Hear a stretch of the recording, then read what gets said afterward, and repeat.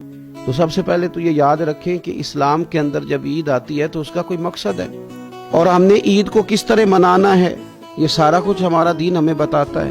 پہلے تو یہ آپ دیکھیں کہ عید مسلمان نے کس طرح منانی ہے۔ سویرے جب اس نے اٹھنا ہے تو اس نے فجر کی نماز کے بعد دوبارہ سے تیاری کرنی ہے، غسل کرنا ہے، صاف لباس پہننا ہے، خوشبو لگانی ہے، اور کرنا یہ ہے کہ نماز کے لیے جانا ہے۔ اس کے عید کا آغاز، اس کے اس خوبصورت تہوار کا آغاز اللہ تبارک و تعالیٰ کی عبادت سے ہو رہا ہے، اور عید منا کب رہا ہے؟ رمضان کے 30 روزے پورے کرنے کے بعد یا 29 کا چاند دیکھنے کے بعد۔ تو سب سے پہلے ہمیں یہ بتایا جا رہا ہے کہ جب تم عید مناؤ گے تو تم سجدہ شکر کے ساتھ مناؤ گے، اپنے رب کے ساتھ جڑ کے مناؤ گے، اللہ تبارک و تعالیٰ کی عبادت کے ساتھ مناؤ گے۔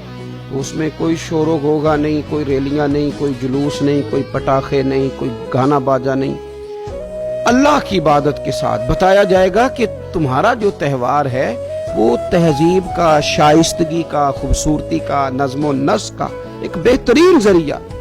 تم بڑے راضی جب ہوگے تو پھر بھی تم اپنا ساری جھکاؤ گے رب کی بارگاہ میں، پھر بھی تم یہی کہو گے سبحان ربی العظیم، پھر بھی تم یہی کہو گے سبحان ربی الاعلی، پھر بھی تم اس کی بارگاہ میں جبین نیاز جھکاؤ گے۔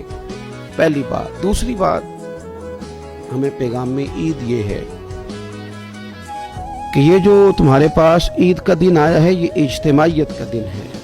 آپ جب صف میں کھڑے ہوں گے نماز عید کے لیے تو کیا امیروں کی صفیں علیحدہ ہوں گی؟ غریبوں کی الگ ہوں گی؟ کیا پڑھے لکھوں کی الگ ہوں گی اور ان پڑھ لوگوں کی الگ ہوں گی؟